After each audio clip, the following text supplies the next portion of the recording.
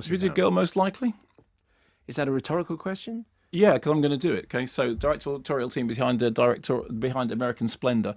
Kristen Wiig is a kooky character who, at the beginning of it, is a failed playwright working in a publisher. She is clearly on the brink of a nervous breakdown, which may well drive her into the arms of her even crazier mum. Here's a clip. I called you in here because I had a chance to read over your blurbs, and yeah, see, I can't turn these into Dan. Why not? Well, first off, because you call Dames at Sea an insignificant, if not irritating, amalgam of lackluster performances and sitcom one-liners. Have you seen it? Because that's putting it very nicely. It won the Tony. And, you know, frankly, we don't care whether you think it's good or bad. You're not a reviewer. No, see, your job is just to describe the play in 5 sentences or less and make it sound interesting. Perhaps you weren't aware that I won the Hollingsworth Fellowship for playwriting? Or that New York Magazine put me on their list for playwrights to watch? I was not aware. Thank you for bringing that to my attention.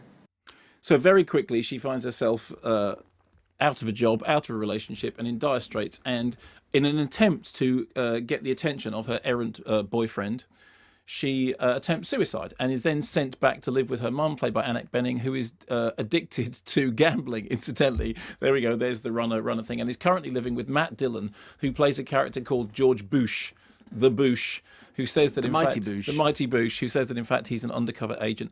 It's a funny thing. I mean, Kristen Wiig, I think, is always fun to watch.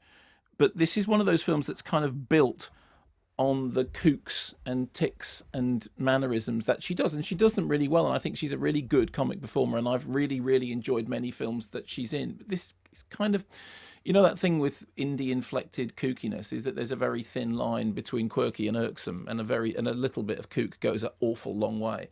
And in the case of this, it's not terrible, it's just not great. It's a kind of... Why are you making creaky noises? Sorry, I don't know why. I've just got a special extra creaky chair. Extra creaky chair. So it's not great. She is fine. Matt Dillon is actually kind of rather funny, but all the elements that work seem to be working in different movies. And then there's all this other stuff about her brother who's created an exoskeleton, which is a kind of kooky, you know, character invention which never quite comes together. And then there's a thing about the absent father, so they have to go off together to go to New York to go and find him, and that doesn't quite work either.